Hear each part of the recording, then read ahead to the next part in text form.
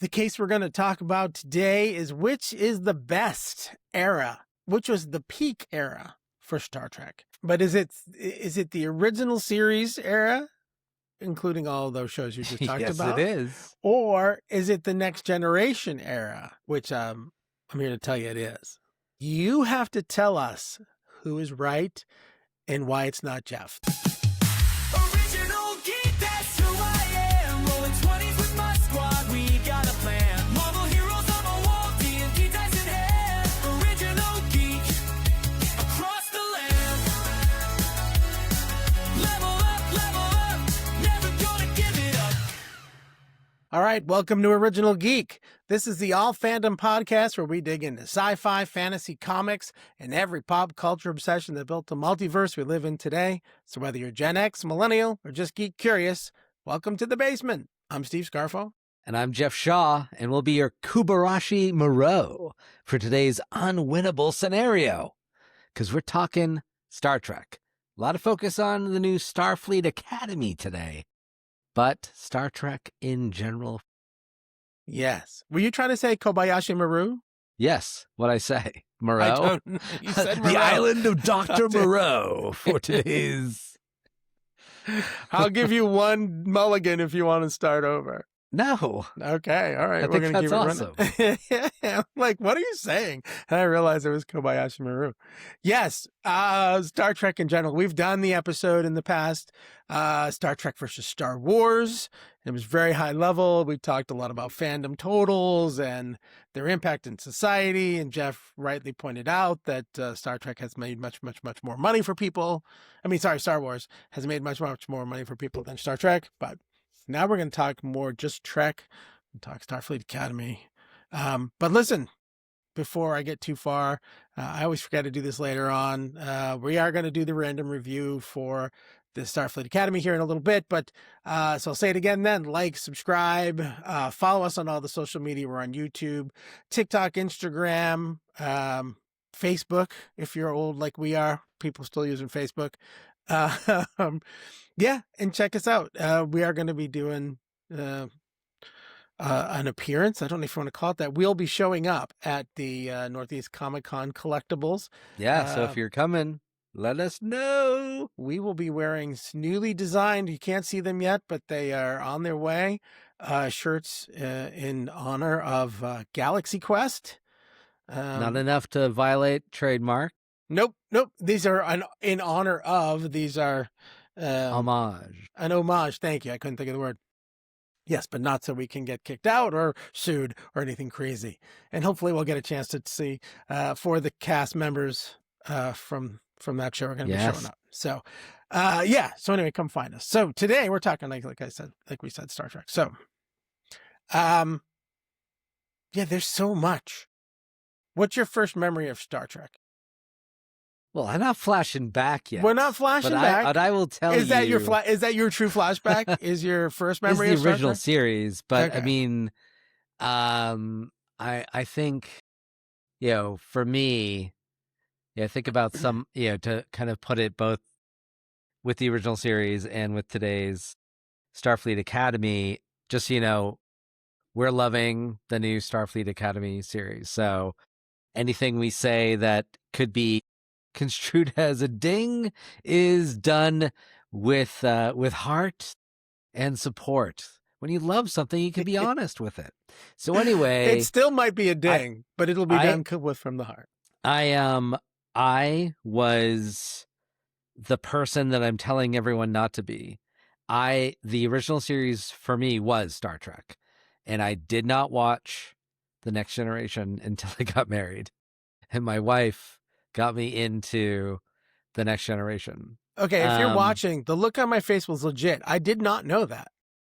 Mm-hmm. You never watched Next Generation until you. No, I was married? one of those tea bags that had no good reason. Like, that's not Star Trek. You think you know Star Trek? And so I hear me echoed in some of the naysayers for Starfleet Academy because it is very different. And it hadn't really struck me that although we've had young characters in Star Trek it's never been a cast full of young people. Yeah. like, Yeah, and so Wesley people Crusher. are, yeah, we had Wesley Crusher. There was always someone, of course, my mom, maybe not the original series, but it seems like every series tried to have some younger character who would, maybe not be a main role, but certainly a reoccurring role. And so it had that, a little that characterization, that voice, but it wasn't geared for them. Like I felt like, I think that's maybe what's setting some people off, is this isn't geared for us. This isn't a Gen X show. They're like, eventually we're going to age out. And who's going to keep watching Star Trek? Well, you got to get How dare Gen you Z. say we're going to get too old to be geeks? No, we won't be on this earth anymore.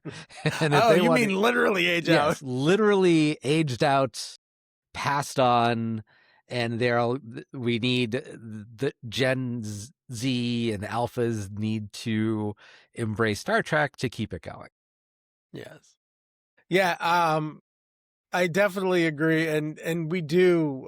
We'll talk more about it when we get there to the review too. But I've read quite a bit of that negativity that you're talking about as well. I don't think people are. I don't think they're being realistic, right? It's the problem we have with properties that we love. I think people did it with some of the Star Wars one-offs too. But when you find something that you lock into, and I'll talk a little bit more in depth when we get to flashbacks and stuff. But for me, the Next Generation is that's where I really bought in, like lock, stock, and two smoking barrels, if you will. And so I understand that desire to, like, this is what it should be, and I'm going to lock onto this, and don't you fucking mix it up for me. But you also have to, there's many other series and movies that have come since where they're still fantastic.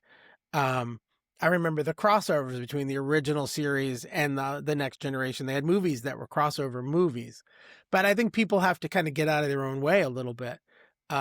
It's a great, great world that we get to watch evolve. So, try not to hold on too tight and dive in, to this show. The good thing is it doesn't have any of the archetypes. We're used to like Picard or Spock. There's no Kirk. You know what I mean? There's no, we have Holly Hunter's, she Ada? runs the school. Say it again? Ada? I think it's Ada. Ada, yeah. She's her character is so different than we're used to from a Star Trek leader. And I think that's throwing some folks off too. Oh, so Ada. I've been watching this. It's spelled AKE. So Ake, right? Ake, yes. Nala. It's Nala Ake. Like, Nala. I'm not going to be pronouncing anything right tonight. For anyone who's going to ding us on all these pronunciations, we know. Okay? We know. Well, yeah, and so- I think it's the other, I'm sure you've seen this too, is all the people like, it's too woke with, a Vulcan that's wearing a dress that's gay, and, all these strong female characters. And all I'm thinking is, like, were you not, because you talk about like putting yourself back in that time period, and I know we watched it when we were watching it. We were watching it in reruns. We didn't know we were, because it like only had 3 seasons in the 60s or something. Yeah, the like original that. series, yeah. Like, for its time period, even when we were there, when we were watching a decade later and thinking it's brand new, it was still, pushing. Still at that time, there weren't that many strong Black characters, and we had Uhura on the bridge in an officer's role. Chekhov in the 60s, having a Russian, like, this is Cold War. Like, this is not like Sulu. Having Asian representation. This isn't that long after World War II, and the people still have their prejudices, and it pushed boundaries from the get-go. And They had the first interracial kiss on TV was Right. Spock and not Spock, was Kirk and Uhura. Right, yeah. And there were not black, there were Southern TV stations that refused to air it when that happened. Yeah. So like you don't those people who are digging it for things like that make zero sense to me. Like that from the very start of Star Trek, it was pushing boundaries. You can even go out for even Scotty running the engineering your bridge. Like if you think about it, every Chekhov, like every character was, and I don't want to say a stereotype, but they had a different, distinct background, and it was meant to be a melting pot on the bridge. That was the point. Female characters, black character, everything you just said, and that was the point. But like you said, it was 66 to 69. It actually ended before I was born. And you know what I mean?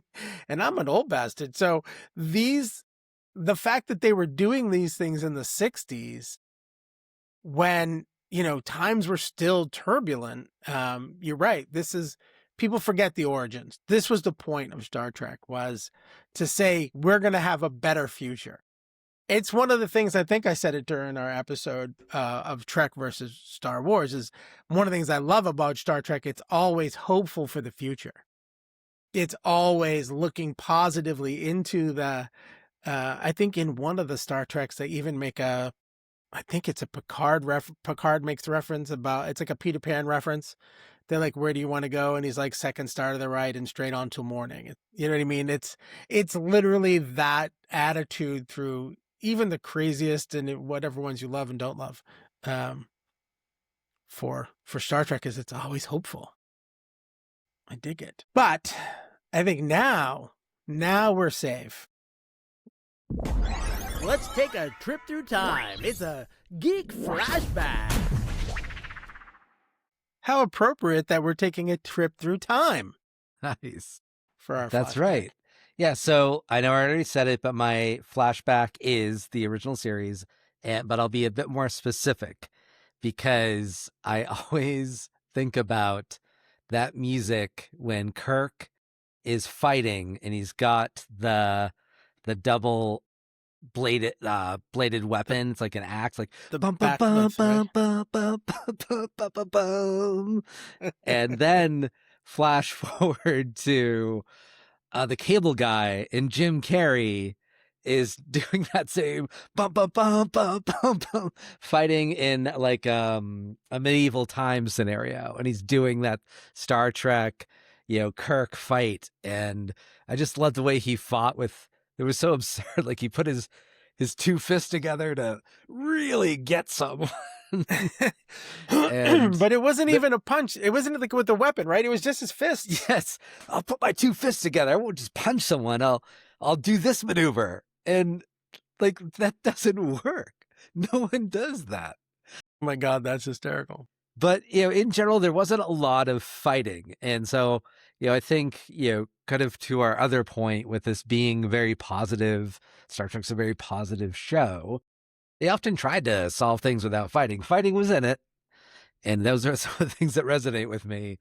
But yeah, and specifically that dun dun dun dun dun. I mean, one of my favorite things, of course, is the Captain Kirk cadence. We're here on the planet looking for some very special aliens. Like the cadence that Shatner put into that character, it's been mocked and made fun of, I don't know, countless times over the years, was always one of my favorite things.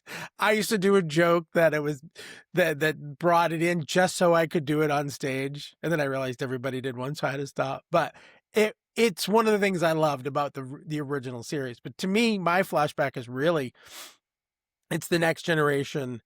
And very specifically because it started, and I have the list here. The Next Generation actually started in 1987, the year I graduated high school. And so I think I've mentioned it before. I was in the Army for a couple of years right out of high school. I left in 1987, June of 1987, was gone till June of 89. I just did a 2-year stint, but I spent a year of that time in Korea. So I went from Wells, Maine to like 7 months later being in South Korea. I'd never left the region, never even gone as far as Florida, and now I am like on the other side of the planet.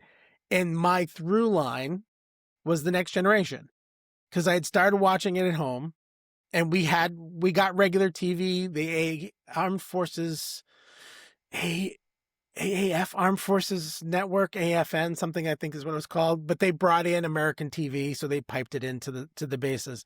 And so when I was on duty, whether I was off duty, they had a TV in one of the offices, and then I eventually got one from my bunk. And I would watch Star Trek The Next Generation. And it was sort of like a little connection to having been at home. It was a little bridge. So something from home was with me so I don't know if it was that specifically that connected me to that show. But one of the reasons I love, and it's a good show no matter what, but that's one of the things that connected me to the show. Did your family, because I know you said you watched The Incredible Hulk together, did you watch the original Star Trek together? No, I don't think my family cared for sci-fi at all. I don't even remember my brother, who is more of a sci-fi guy. He loves all the same stuff we love, or most of it anyway. And I know he likes Star Trek movies. I don't remember him watching it. But Now he was 2 years older than me. So by the time I went to the Army, he was gone at college. So he graduated 85. So in 87, he was gone. Okay. Yeah. So maybe that's why I remembered, with the flashback memory of Star Trek, is I did watch that with my family. Our family watched Star Trek. It was in syndication, it was in reruns, but remember watching it all together. And then the original motion picture that came out, I remember going to see that with my dad. And that wasn't one of those dramatic R-rated movies. That was a PG movie, so no one panic. I will say, we did see Voyager. I must mind meld with Voyager, which, for those who have not seen it, is we sent Voyager, this satellite, out into the universe, which you don't know what that is either. But no, I don't know why you're trying to explain a movie from 1979. We sent unmanned it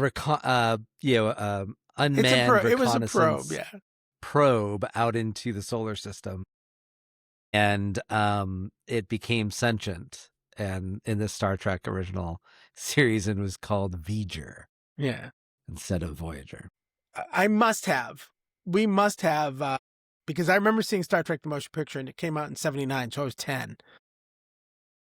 And it's not like today when you can just grab a movie and watch it at home. I remember seeing it, so we must have gone to the theater for it. And I remember Khan and the Search for Spock, like 82, 84. And I think it was the Voyage Home in 86. Is that the one with the whales? I think that's the one with the whales. It was absurd. Captain, with the whales. There'll be whales here.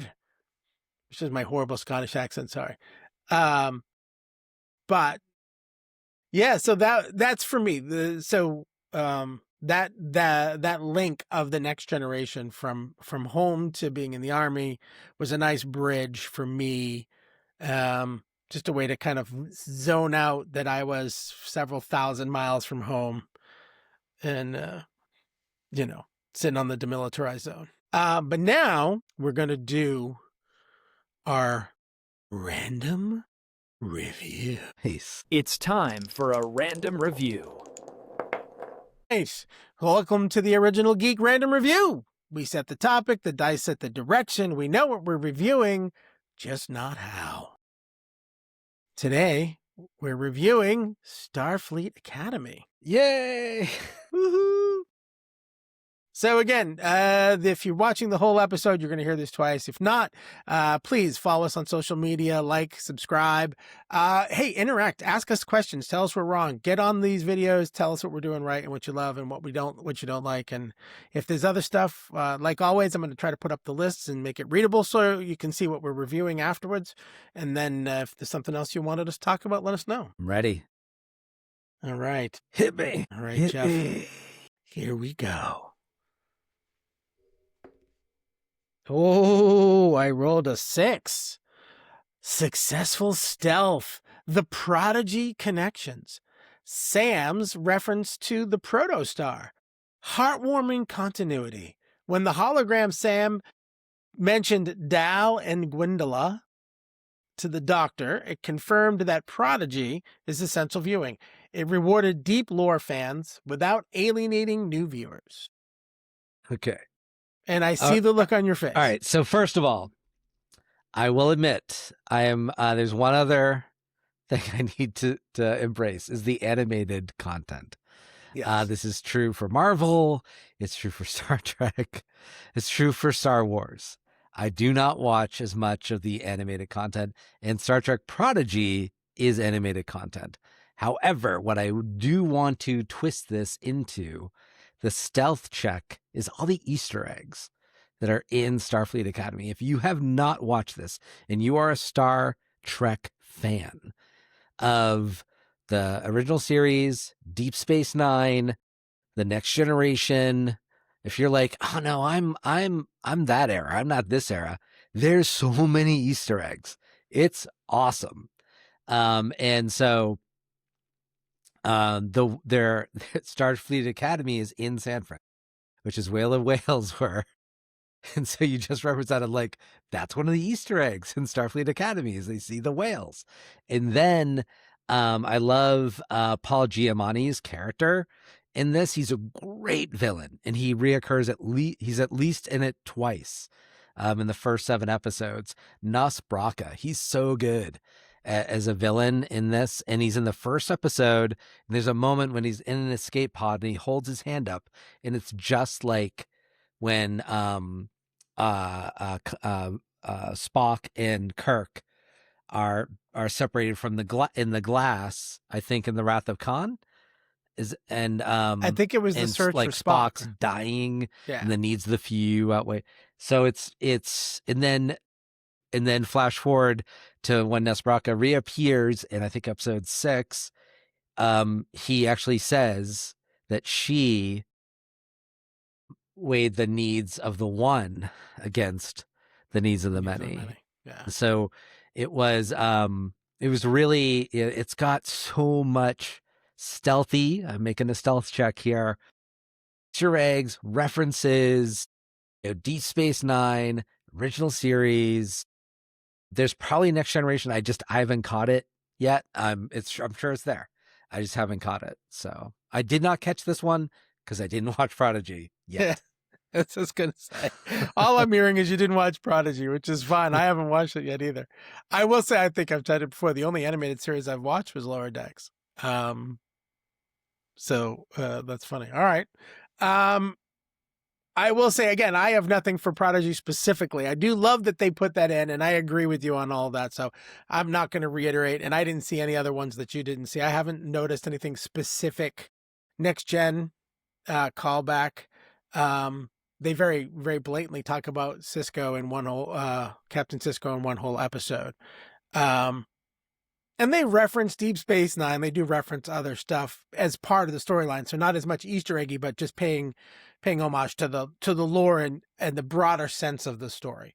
I have to think Wesley Crusher has, like, his whole, like, he must have got kicked out of the Academy because they lied about that. There was something and someone ended up dying in some scenario. Yeah. And I have to think at some point something like that's going to come up, because I looked into it. What has Starfleet Academy, like, how has it appeared in the original series, and it really wasn't in there. Next Generation was in pretty heavily with Crusher. Deep Space Nine had some content. Voyager had some Starfleet content. There's been a little bit in everything, but I think Next Generation had the most, because Wesley Crusher being such an important character. Yeah, it's funny. So I did a little live Googling because I couldn't remember, because I thought he actually became a Q, but he didn't. He became a Traveler. So he left Starfleet Academy because he had become a Traveler. And I do kind of remember that storyline. They're just more interdimensional cosmic beings, very like wise and intelligent, not Q like Loki and mischievous and annoying like the Q are. But yeah, so he does leave Starfleet Academy in order to become a traveler, this transcendent being. All right. Shall I roll for you? Roll it up. Let's do it. We got a 16. That is a successful wisdom check. The New Mutants' energy, the chemistry of the Core 6 cadets, the show's real engine. Despite the cringe dialogue, I don't know why they had to throw that in there. The actors, Andra Rasta, Karine Diane, etc., are genuinely charming. Their friendships feel like they are being built on shared survival, not just proximity. Okay.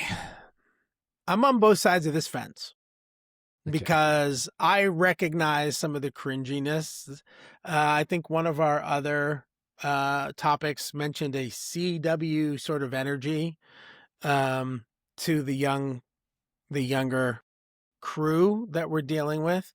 But I think, like you said earlier in the episode, if you weren't listening before this review, go back and listen to the whole damn episode. That's the point, right? It's meant to have a different energy. It's meant to bring a new generation quite literally into the Star Trek Starfleet world. And how do you do that in 2026? You have to play to that Gen Z, Gen Alpha audience. Like, remember, was it called A Knight's Tale? It was With Heath Ledger. Heath and Ledger, anachronistic. Paul Yes. Bettany. Yeah, it's a all Knight's Tale. anachronistic, right? And it was a Yeah. great movie, but it wasn't true to the time. But Yeah. it brought a story like that to a modern audience in a fun way, and it got to tell the story they wanted to tell. I think that's kind of what they're doing here. I don't think they're doing it intentionally for that purpose, but they're there's young love, and there's like a actually fairly kind of not graphic sex scene, but it's almost it's like close to graphic. Gene Roddenberry would have been proud. I mean, He tried to get a lot of stuff through. But he yes, could not so get through. this is the beauty of being on Paramount Plus, right? So they could get away with more. And of course, I think people are upset about it, but they all swear to each. Now, it's not constantly filth and Yeah. foul, but they do swear like, holy shit, right? But it's like, I feel like most of those usages are appropriate to the situation, right? Yeah. You know, how many times have you ever wanted to see Captain Kirk or Captain Picard go, what the fuck are you talking about? Right? That's what you want to see. And it's fun and it's light. And I do think that these actors play well together. But of course, it is very much geared to a younger audience. So the girls are all very pretty. The guys are all ripped and jacked. Like, it's definitely an aesthetic choice as well. They're all great actors. I'm not taking anything away from their skills as actors, but they're also very pretty people, and they are also playing these relationships, you know. And yeah, the main character, I just lost his name. Sandro Rasta, Caleb Beer, Caleb, yeah. or Nala Ake. No, Caleb's character. Do you know what's funny? We just did the Marvel episode. If you haven't watched, go back and watch it. Tatiana Maslany plays his mother in the first episode. Oh, yeah. I was watching. I was so psyched when I saw her because I haven't seen her You're since right. She-Hulk. I was like, oh my God, that'd be awesome if she's in this. But anyway, I don't want to go on too long, but I actually like the energy of these kids together. I think they do a great job. I think it's fun. They're very funny at times, and they can be serious. You know, I think the showrunners and the episode, the way they're jumping in and out of certain topics, is harder. I think that's worse for me than the characters, but I think the actors and the characters are great. You know, they're doing the job that they're meant to do. Yeah, I think I've said it in other episodes. I used to be a high school English teacher, and so I saw a lot of teenagers, 1,000 over my career at least. And if anyone ever thinks, "Oh no, this isn't realistic," yeah, it is, because they're way too emotional. They're not making logical choices. They're like, yeah, okay. That's like, Yeah, they're teenagers. This makes sense. This tracks. So, Well, and it doesn't matter. Watch any teenage movie from from the '60s, like Rebel Without a Cause, through Breakfast Club, through this show right now. They're all acting the same. yeah. It doesn't matter the time period. No, I mean, teenagers teenagers are teenagers. What are you going to do, right? And I know these are supposed to be like late teens, early 20s, but still, they're like high school, college kids at this point, and they all have different physiology, which is, also, it's funny. They all sort of look human, obviously not the Klingon, not Jaden, um, but essentially they're all humanoid and, Genesis, I don't remember what race she's supposed to be, but she's obviously not human. And then Sam is a hologram, but they all have these connections, and it's great.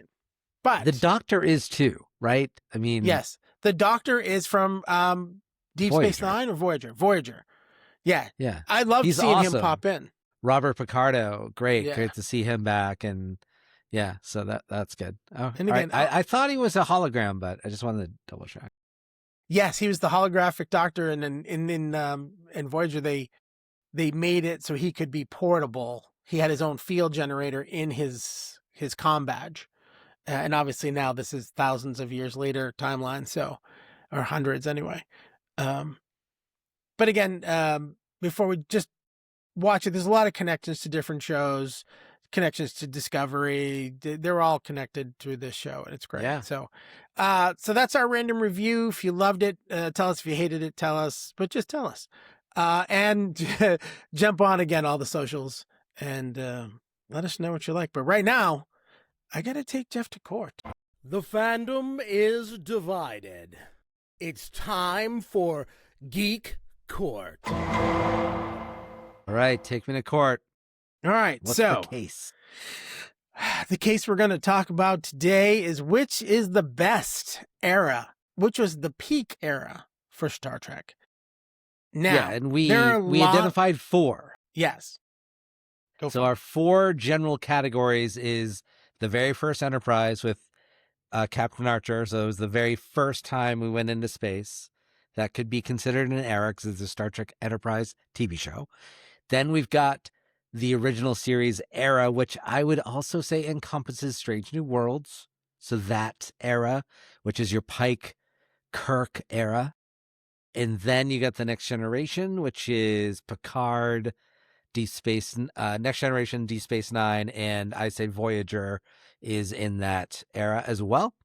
And then finally, you've got the newest era, the 32nd century, which is seasons 3 through 5 of Discovery, plus the new Starfleet Academy.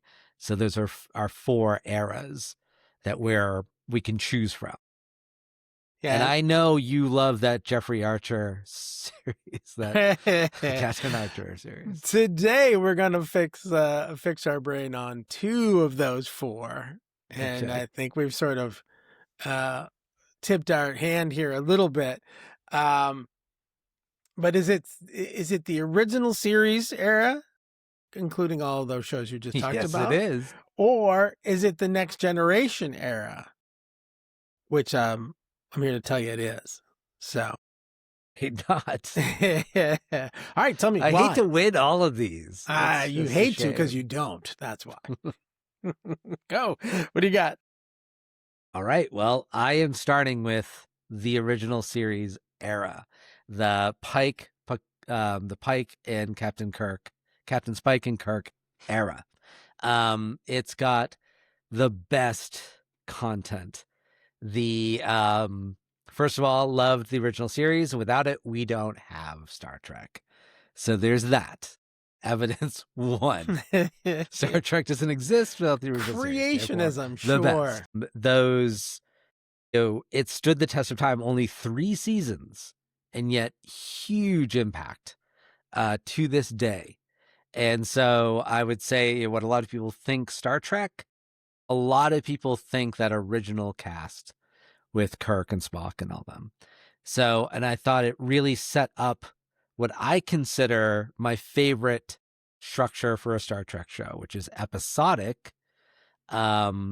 It's in not a serial, which I'm not against that. So I know some people ding that with Discovery, but I do like the episodic nature, which each show could be its own standalone, and you don't have to watch the show right after it or before it necessarily. Then the Strange New Worlds kind of keeps that going, kind of revise that as a prequel, but also same period. I love that. And finally, and I know they may be controversial with the Kelvin timeline, which is the reboot from J.J. Abrams, which has Chris Pine and Zachary Quinto as Kirk and Spock. And those 3 movies are a lot of fun. Yeah. And that's all that same timeline. So I think there's such great engaging content, and it really set the stage. You can't forget Carl Urban as Bones. Oh my God, yes, I did. Carl and Urban. Simon Pegg as Scotty. Yes. It's Yeah. a great cast. I will tell you, you're wrong, but I'll tell you why I like those movies. Yeah, I mean, you can't beat the cast of those movies, so I absolutely have to give that part of it to you. But again, I have to go right back to The Next Generation. The Next Generation, and I'm looking at some timelines here, right? So yes, in actual time, there was the original series, and I don't think anything else happened until 79. Well, which the was animated. Was the animated before that? Yeah, I think it was like 73 to 74. The original Star Trek animated series actually only got 2 seasons. So they had the real show. Then they about 8 years later, tried the animated series. And then nothing else hit until 79, and they started doing the movies, right? Motion picture, Wrath of Khan, Search for Spock, Voyage Home, all are in pre-Next Generation. And I think what they realized at that point in time is we still have a storyline, to your point, that started with a simple 3 seasons, and that people still love these characters. People are still drawn to them. We don't want to let it go, but we have a cast that's aging out quickly because they started in 63 and now it's 86. So you're 25 years in, they're in their 40s, 50s minimum, and some of them are older. And this is not a young cast. We can't keep it going for forever here.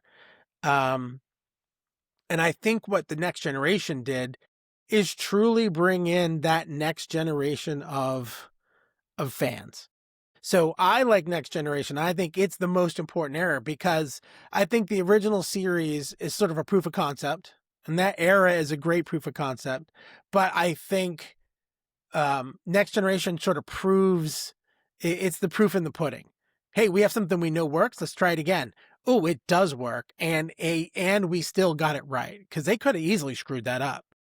Right? They kept to their core principles. They kept to the missions of Starfleet. They kept to all of the tenets that they had built in the original series. The idea of diplomacy over battle, but they're not afraid to fight.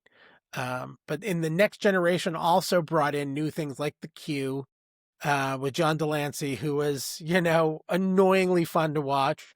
And then, like we've mentioned before, Wesley Crusher, they brought in a younger character to sort of bridge that to some of the kids. So I really think, not that I don't have anything against the other one, but I think that was proof of concept. This is proof in the pudding. Next Generation, I think, really is the best era. And then we also proved it out. We branched, right? We got Voyager, we got Deep Space Nine, same era, same timeline, different quadrants of space, same story, essentially tied together. So they proved it can be done again, and they proved it can spread and be bigger. Then they realized their mistake and did a prequel and a 900-year span sequel. So they had to get as far away from that Next Generation as possible. Do you know what I think is great? I still think I'm right and you're wrong, but I don't know if that's true. You guys will have to tell us who you like better. But I do think they finally started to realize we're running out of shit to talk about in this timeline, right? They really did branch, and it was supposed to be Kirk and Picard not long after, right? It wasn't like they've done with some of these newer shows, and they literally had to go back to Pike with the Brave New, but you know what I mean? And I love it. It's a great show, and people have problems with that show too. But They should. I think it's great, and they really have bridged. We talked about we both talked a little bit about Section 31 earlier, which is sort of a one-off because it's a spin-off of Discovery. But yeah, I think there's so much in this topic to talk about, but we're running out of time. So that's the court. I say next gen. Jeff is telling us it's the original era. Yes. You have to tell us who is right and why it's not Jeff. That's why Jeff's telling us. Right now, we're going to drop into some treasures. Dust it off and geek it out, because it's a basement treasure. They're digging in the wrong place. All right, since your treasure is better than mine, I'm going to present first. And I didn't have to go to the basement. This is right on the bookshelf, right back there. Coffee table book, The Art of Star Trek. This is my wife's book. And part of the reason I wanted to share this, even though it is, it's a great book, and it focuses a lot on the original series and that cast and the movies that came past it. But it brings us into the Next Generation, and then the movie that got me into the Next Generation, which was Star Trek Generations, because it had both the old cast, the original cast, and the Next Generation cast, and I really liked it. And I'm like, you know what? I just got to give it a shot. And what a binge, because there were a lot of episodes for the Next Generation. It's not like today. So if you were like me and you're like, just the original cast, you've got a lot of Star Trek to catch up on, and it's good stuff. Yeah, I'll tell you, Next Generation was 7 seasons, and that's when seasons were like 28 or 32 episodes. Not like today, we get 10. So you're right, Yeah. There was a lot there, and it was, I think Final Frontier and Undiscovered Country were both crossover movies, right? No, Generations, only Generations, and First Contact. Wasn't that a crossover too? No? just Generations. I thought there were 2 crossover films. I'll double check while you present your thing. Well, you fact check me, because I think it was either Undiscovered Country and then Generations. But so this is the weirdest of my basement treasures. Often I'm telling you guys, hey, I couldn't find it. I dug these up. These are from probably 25, 30 years ago. As you guys know, I'm a stand-up comic. Buddy, one of my friends, Gary Cowett, moved out to Vegas in, I think, 02 or 03. He decided he was going to go out there, and he's been doing great out there. And another friend of ours who's a comedian, Ryan Gartley, and I decided we were going to go visit him for his 40th birthday. And we decided, hey, let's go hang out in Vegas for a week, because that's what's, why not? It's fun. It's Vegas. And we were hitting comedy clubs and having fun and gambling and drinking. And we literally, and I'm not even kidding you, stumbled across a Star Trek convention. Didn't know it was going to be there. We were walking from place to place. And Ryan and I were like, holy shit, there's a Star Trek convention. So we went in, and I got these. You have to watch if you want to see what they are. But this is a signed picture from the Star Trek Next Generation cast. It's early on in the season. It's actually got Whoopi Goldberg as Guinan, so I think it's probably in seasons. Maybe she was there from the beginning. But I got to meet Marina Sirtis, and I got her autograph here on this picture. It was pretty cool. And I got to meet Walter Koenig, a.k.a. Mr. Chekhov. And I got his signature here on this picture of Chekhov and Kirk. So I'm my own generation filler here. I crossed generations all by myself, Jeff. I didn't need any help. And now I got to protect these again. But yeah, so those are mine. I did have to dig these out, because I was like, Jesus, where did I put them? But I've had them now forever. And it was such a cool thing. And it really was just luck. It wasn't, trust me, I'm geek enough to plan and go to one. It wasn't a plan. It just happened to happen. but it was fun. So while you were presenting your artifacts, Star Trek Generations is the only crossover.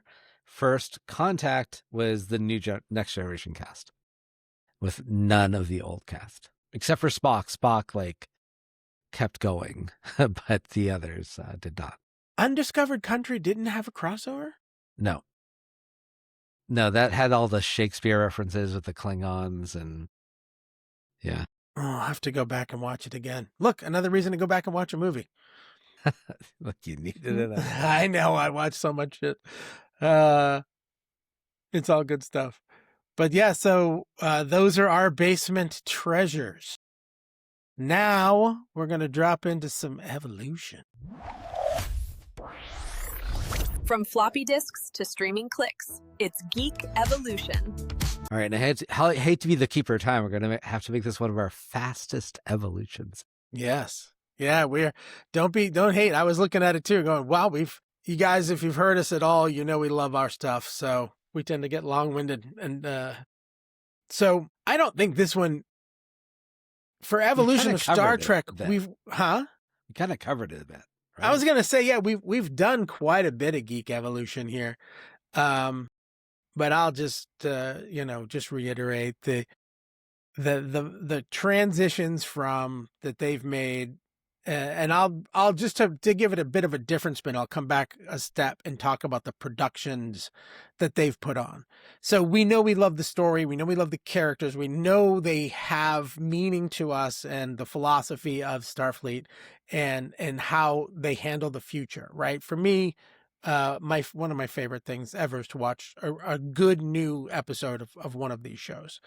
I actually loved Strange New Worlds. It was my favorite. I would sit out on the deck because it came out in the summer and I could smoke a cigar and just sit outside and watch on my tablet, and it was just awesome. But in a sense of production, they've been so good. How many times have you seen a show or a movie come out and the sequel was done by a different director and it just is horrible? They used to do this with superhero movies all the time. They would just completely screw it up. One of the things I love is the Roddenberry family has kept some hand in the clay as these things are being built. And I think that helps because, I think even though they have evolved and the storylines have taken us with them, that one thing that's been constant the whole time. So this is a lack of evolution, but it's a maintaining of really high standards of production across all of these shows. Love them or hate them, they don't budge when it comes to making sure that these things are in. And I'm talking from the writing and up. I know some of them had smaller budgets for actual production, but yeah. And the biggest evolution has been special effects. And if you watch those early Star Treks, oh my God, they were bare bones budget. But, they still do the shaky cam. And obviously it makes sense. Like, they're not going to move the whole set when they can just have the camera operator shake the camera. I think it's funny. I hadn't, because I was listening to someone kind of do an episode breakdown of the last episode of Starfleet Academy, and they talked about the shaky cam. I'm like, oh my God, yes, of course. They're still doing a shaky cam. Well, yeah, they can't put the whole set on tilts and stuff, and they still have to throw themselves to the ground when there's an explosion. Well, and what they were being critical of the fact that they're reusing sets. And of course, I don't have the eye or the time maybe for some of these people that like, oh, wait a second, that's the same set that they just used in Strange New Worlds. They got married. There was a wedding in one of the recent Starfleet Academy episodes, and like, oh, that's the same set that was used in Strange New Worlds. And this, like, okay, but they did that in the original series. Now, yes, you had to cut. Like, there are certain budgets. What same set would it have been? Because there was only one sort of desert style red planet, but I mean, that could be any, like, that's the thing. Super picky. Oh, and then in the episode, it was awesome when they were on the training exercise, and the Paul Giamatti's Nus Braca was back on. apparently, the set was in distress, so they were covering it with like tarps or whatever. And they're like, oh, I know, that's the same set from Discovery as, like, yeah, it's supposed to be the same ship or Yes. style of ship. Like, come on, they don't have Do you to know what's funny? rebuild. I do want to go back and look. That might have actually been a callback to Discovery. It was probably deliberate. Yes, because the ship had a specific name, and I Yeah. guarantee you. All right, hold on, I'm not going to go back. We're going to live. Google So this no, picture. I did check, and that name reference was actually to the a Japanese animator. So it wasn't actually. I thought for sure it was a ship that was in Discovery, but no, it wasn't. Also, another thing that I discovered is the Academy set is the largest set they've ever built and the most expensive set they've ever built for Star Trek. They poured more money into this. So yeah, but the budget is unlimited. So yeah, they're going to recreate some sets. And you know what? If that gets us more episodes, because that's the budget that they got, it looks amazing. Give them a break. Well, So- and let's be honest, it's a Starfleet ship, so they're gonna kind of look similar. I know. It's like they saying, recreated wait, the bridge. I saw an F-16 last week. That's got to be the same. No, we make planes that look the same because that's Right. the easiest way to make them. We It's don't so need true. 17 different types of plans. So Yes. I know we're running late on time, but y'all got to. So listen, here's what we're going to do. Hold on. We're not fucking around this time. You kids don't know how good you've got it. We're going to go right in. Yeah. So we're going to jump right into the rant and say, cut it out. Like, don't nitpick. I get it. There are lore goblins in everything that has any kind of lore behind it. And I get it. If it's something overt, there is one type of race that is half black, half white, that I Yes. guess in the original series that they were never supposed to be. So people are pissed off that they're at the new Starfleet Academy. And I'm like, dude, it's been thousands of years. Exactly. The Betazoids had just rejoined Starfleet. There was, Yeah. if you didn't see Discovery, stop bitching about stuff you're not catching on to, because there was the burn and people broke apart and there was no Starfleet for a while. They had to rebuild Starfleet. This is the first Starfleet Academy in hundreds of years. So cut the crap. It's okay. It is okay for things to be different because there has been a true evolution, a time and space evolution. All right. So my message is actually, sometimes I do this too, because I'm very hopeful that someday the producers, the studios, they're going to be listening to us. They need to get the hot goss, the tips, the advice. From And the mine old guys. is, let's get some longer seasons. And I'm okay if you keep reusing sets and cut some of that CGI. These 10-episode seasons are just too short. I loved when they were 20, 30 in a season. It was like 22 or 24 was the standard.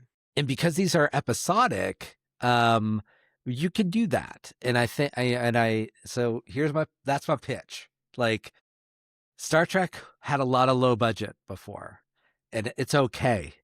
I know it's probably not okay anymore because you've really set quite a standard and these shows look beautiful. But man, I'd rather have more of them. So that's my rant, my message. So it used to be 22 to 26 episodes. I wanted to make sure I was on the right track. I agree. I think the problem we have is it's not going to happen because it's too. You got to remember too, an episode in the day was 42 minutes because of commercials.